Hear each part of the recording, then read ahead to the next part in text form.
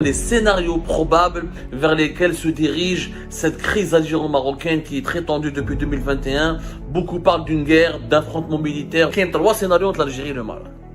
Premier scénario, la tension monte et les relations bilatérales seront toujours rompues. Les deux pays seront dans une guerre médiatique et diplomatique permanente. Ou affrontement violent, mais c'est un risque le risque d'une guerre, il est très minime pour la simple raison qu'il y a des puissances étrangères et mondiales qui n'ont pas intérêt à ce que l'Algérie et le Maroc entrent en guerre. Et le meilleur scénario qui peut arriver entre les deux pays, c'est le scénario selon lequel l'Algérie va enfin comprendre la rivalité qu'elle développe avec le Maroc, elle est totalement inutile et contre-productive et elle finira par accepter la position du Maroc sur le Sahara occidental et elle va se tourner vers d'autres dossiers beaucoup plus importants. En réalité, ils sont complémentaires.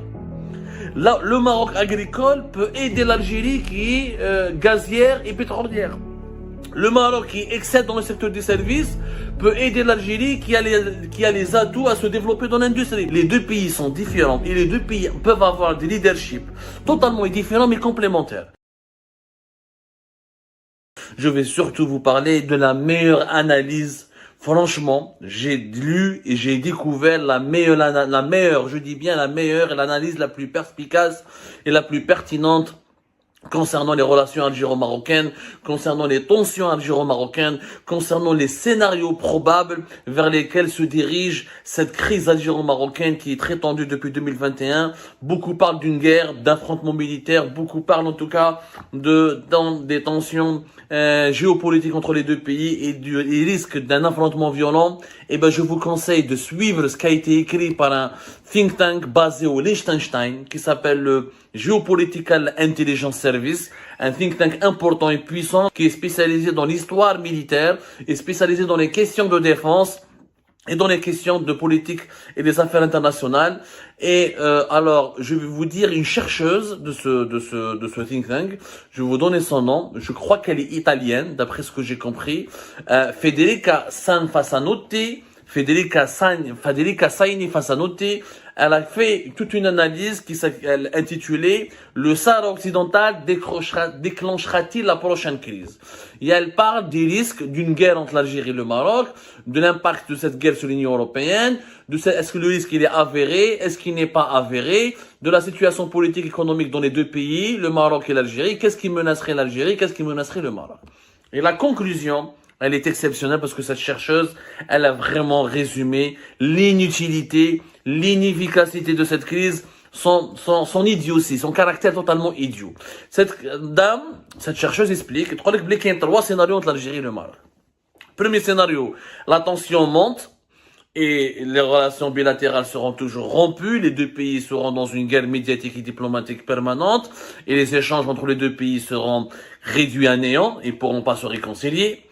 Ou affrontement violent, mais c'est un risque le risque d'une guerre pour elle, et elle donne des arguments, cette chercheuse du GIS, le Geopolitical Intelligence Service, pour vous reprendre la terminologie exacte, Geopolitical Intelligence Service, le risque d'une guerre, il est très minime pour la simple raison qu'il y a des puissances étrangères et mondiales qui n'ont pas intérêt à ce que l'Algérie et le Maroc entrent en guerre. Et pour le moment, elle a totalement raison que ces puissances ne veulent pas de cette guerre parce qu'ils ont d'autres problèmes à gérer et qu'une guerre aux portes de l'Europe entre les deux pays les plus importants du Maghreb qui sont l'Algérie et le Maroc va menacer les intérêts de ces puissances qui sont ou la Turquie ou l'Union européenne ou les États-Unis d'Amérique, et ces pays-là vont tout faire pour que la paix règne entre les deux pays, entre l'Algérie et le Maroc, et même les dirigeants des deux pays, elle explique bien, ne veulent pas aller vers une guerre parce qu'ils savent très bien, les dirigeants marocains comme algériens, qui seront perdants, qu'il y aura énormément de pertes, des pertes matérielles considérables, des pertes humaines considérables, que personne ne pourra gagner parce que les deux belligérants seront soutenus par des puissances étrangères et au niveau de l'armement, au niveau de la puissance militaire, les deux pays vont se neutraliser très rapidement. Mais ce qui est intéressant, ça déjà on l'a dit, ce scénario d'une guerre avec l'Algérie et le Maroc, ce n'est pas possible, à moins que des débordements de cette guerre froide médiatique se prolongent et la banalisation de la tension, et risque peut-être d'aboutir à des affrontements militaires sporadiques, comme je l'ai prévu, comme je l'ai analysé, et vous avez été très nombreux et nombreux à suivre mes analyses sur notre chaîne YouTube, ou là sur Facebook, ou là sur algériepark.com.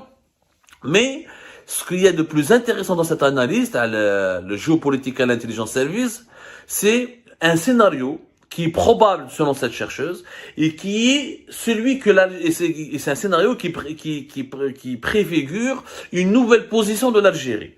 Et pour elle, c'est le scénario le plus intelligent et le meilleur scénario qui peut arriver entre les deux pays. C'est le scénario selon lequel l'Algérie va enfin comprendre que c'est la lutte, la rivalité qu'elle développe avec le Maroc, elle est totalement inutile et contre-productive, et elle finira par accepter la position du Maroc sur le Sahara occidental, et elle va se tourner vers d'autres dossiers beaucoup plus importants, beaucoup plus utiles pour son économie, pour ses intérêts géopolitiques, et pour l'intérêt de ses populations et pour les enjeux de son développement. Et ce scénario est effectivement le seul qui peut garantir au Maghreb la paix, une progressive réconciliation, un retour à la normale dans les relations bilatérales entre l'Algérie et le Maroc, et c'est le seul scénario qui peut garantir à l'Algérie un véritable épanouissement dans son environnement géopolitique. Madame Federica a totalement raison. La rivalité de l'Algérie avec le Maroc, elle est inutile. Pourquoi elle est inutile? Et elle l'explique bien. Et elle prend des bons arguments. C'est pour ça que c'est une analyse qu'il faut lire. L'Algérie, elle a du gaz et du pétrole.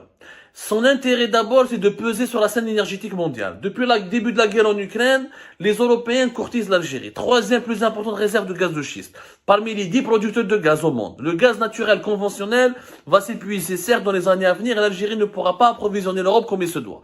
Mais s'il y a des nouveaux investissements, elle peut encore exploiter de nouvelles réserves et elle peut exploiter ces réserves de gaz de schiste. L'Algérie, sa priorité et son but, grâce à ces réserves de gaz, elle peut devenir un acteur politique international influent. Et l'Occident ne peut pas se passer des réserves de gaz de l'Algérie, vu qu'il veut amoindrir ou diminuer le rôle de la Russie et rabaisser la Russie et s'émanciper de la dépendance vis-à-vis du gaz russe. L'Algérie ne peut être que gagnante dans cet environnement, dans cette conjoncture géopolitique. Cela signifie quoi? Que l'Algérie ne peut pas être en concurrence avec le Maroc, parce grâce à ses ressources naturelles, notamment grâce au gaz naturel, c'est elle la puissance régionale numéro 1 de fait. Le Maroc son sous-sol, il est vide, il n'a pas de gaz, il n'a pas de pétrole, il est dépendant des pays étrangers, lui-même pourrait être dépendant de l'Algérie, pourrait lui-même avoir besoin du gaz algérien. Donc une rivalité, شغل واحد فقير مع واحد غني ولا واحد فيه 2 mètres مع واحد فيه مسكين 1,50 m. La bagarre n'a pas de sens. On n'a pas de sens. L'Algérie, de facto, elle est plus importante que le Maroc parce que la conjoncture mondiale aujourd'hui, où l'énergie est devenue le moteur des relations internationales, le carburant des crises géopolitiques, la raison d'être des agendas qui vont déterminer les alliances et les contre-alliances entre les puissances mondiales, de ce fait, l'Algérie, elle a une carte à faire valoir. Et son intérêt, c'est pas de se battre avec le Maroc ou contre le Maroc, elle n'a aucun intérêt. Elle est en train de perdre son temps à se battre contre le Maroc pour un territoire qui est le Sahara occidental où il n'y a ni gaz ni pétrole, un peu de phosphate et quelques poissons. Ni le phosphate ni le poisson n'ont l'importance du gaz et du pétrole et des hydrocarbures. Et le Maroc ne peut pas concurrencer l'Algérie parce qu'il n'a pas les hydrocarbures. Donc en aucun cas l'Algérie ne peut considérer le Maroc comme son concurrent. Au contraire, le Maroc complète l'Algérie. Quand les dirigeants algériens ou les dirigeants marocains ils auraient dû comprendre que les deux n'ont pas à être rivaux. Ils boxent pas sur le même ring, ils n'ont pas les mêmes intérêts, ils n'ont pas les deux pays fonctionnent de manière totalement différente, et les deux pays ont des orientations géopolitiques totalement différentes. En réalité, ils sont complémentaires. Là, le Maroc agricole peut aider l'Algérie qui est gazière et pétrolière. Le Maroc qui excelle dans le secteur des services peut aider l'Algérie qui a les atouts à se développer dans l'industrie. Par exemple, l'Algérie, sa vocation, c'est de développer dans l'industrie. Ce qui est logique, c'est un marché de 45 millions d'habitants, plus important que celui du Maroc. C'est un marché où le coût de l'énergie, il est faible. Puisque l'énergie, elle est faible en Algérie, l'électricité, le gaz, le pétrole. Donc, normalement, c'est facile de développer des filiales industrielles. De deux, c'est le plus vaste pays en Afrique. Il a une grande façade maritime en Méditerranée, des grandes frontières avec l'Afrique subsaharienne, avec plusieurs pays de l'Afrique subsaharienne. Donc ça peut être une base logistique importante pour exporter des produits manufacturés ou l'industriel vers les pays d'Afrique subsaharienne. Ce n'est pas le cas du Maroc. Le Maroc développe de l'industrie. Oui, mais le Maroc s'est lancé dans l'industrie du montage de véhicules, il s'est lancé dans la logistique à travers le port de Tangemed et les plusieurs nouvelles versions de port Tangemed. Oui, mais pourquoi le Maroc a fait ça? Parce qu'il a profité de l'absence. C'est l'Algérie qui lui a laissé la place. Et l'Algérie, elle était tellement absente, elle n'a pas joué son rôle de leader industriel dans la région. Ben, le Maroc, il a profité de cette brèche. Il est en train de remplacer le vide. Mais le Maroc, ses atouts, c'est pas l'industrie, c'est les services, c'est le tourisme, être une bonne place financière. Les banques marocaines ont acquis une expérience internationale très importante, notamment en Afrique. Être une place d'offshoring, être un carrefour commercial, développer dans le transport grâce à la Royal Air Maroc.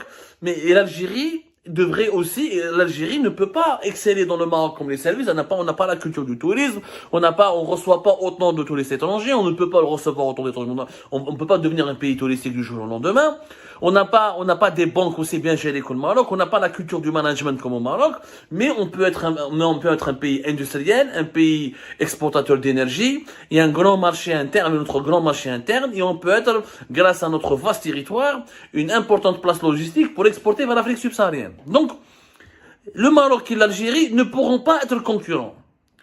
Leur nature fait en sorte qu'ils sont complémentaires. Ou le fait que l'Algérie et le Maroc sont en train de se disputer, ils sont en train de perdre de l'argent, du temps et gaspiller leur énergie. Parce que le problème du Maroc n'est pas l'Algérie. À l'exception de la crise du Sahara occidental et du Polisario qui est financé par l'Algérie, le Maroc, c'est des filles qui mettent l'analyse qui a été publiée par le Geopolitical Intelligence Service. Le Maroc, son problème, c'est le climat. C'est ce qu'on appelle ça, le changement climatique. C'est les crises de sécheresse, la pénurie de l'eau potable qui risque de menacer sa population, son territoire. Surtout le changement climatique. Et deux, la paix sociale dans le pays, parce qu'il y a des inégalités sociales très fortes. Et le Maroc devrait garantir et continuer à créer de la croissance économique pour pouvoir éliminer ces inégalités sociales. C'est ça le problème du Maroc, ses priorités. C'est pas de lutter, empêcher le leadership algérien. Normalement, en fait, les deux pays, cette analyse nous explique très bien. T'as la Geopolitical Intelligence Service, t'as ce think tank basé à Liechtenstein. Les deux pays sont différents et les deux pays peuvent avoir des leaderships totalement différents mais complémentaires. Les deux pays peuvent être leaders dans des domaines bien spécifiques. Il y a des domaines où l'Algérie ne peut être leader et le Maroc ne peut pas la concurrencer. Il y a des domaines où le Maroc peut être leader, facilement leader, et l'Algérie ne peut pas le concurrencer. C'est con, par exemple, que l'Algérie va concurrencer le Maroc dans le tourisme. C'est totalement con que l'Algérie veut concurrencer le Maroc dans le secteur financier, dans le secteur bancaire. C'est totalement con que l'Algérie veut essayer de concurrencer le Maroc dans l'agriculture. Mais c'est totalement con que le Maroc essaie de concurrencer l'Algérie dans l'énergie. C'est totalement con que le Maroc va essayer de concurrencer l'Algérie dans certains secteurs industriels où il n'a pas le coût de l'énergie nécessaire et le coût de travail est plus élevé au Maroc qu'en Algérie. À cause de les politiques de sécurité sociale dans les deux pays sont différentes. L'Algérie, elle peut se permettre de subventionner une politique sociale, ce qui permet de contrôler le coût du travail, alors que le coût du travail au Maroc est plus élevé. Parce qu'il n'y a pas une politique de sécurité sociale assez ambitieuse et assez puissante. Voilà, c'est deux pays, c'est vraiment ces deux leaders, les deux pays peuvent être leaders différemment, sans être forcément dans l'hostilité. Et l'Algérie, elle gaspille beaucoup de temps et d'énergie. Son combat n'est pas contre le Maroc. Son combat est de se trouver, c'est plus le Qatar, l'Iran, les grands pays gaziers qui peuvent lui prendre ses parts de marché en Europe. C'est le gaz de schiste, c'est les États-Unis à travers le gaz de schiste. Son combat, elle, c'est de se positionner contre l'Égypte, oui. L'Égypte peut être un rival parce que l'Égypte essaye de conquérir les marchés africains. L'Égypte, elle a un tissu industriel local. L'Égypte est en train de faire des projets régionaux qui peuvent menacer les intérêts de l'Algérie. Mais c'est pas le Maroc. C'est pas le Maroc. Vraiment, j'aimerais bien que les dirigeants algériens comprennent ce scénario.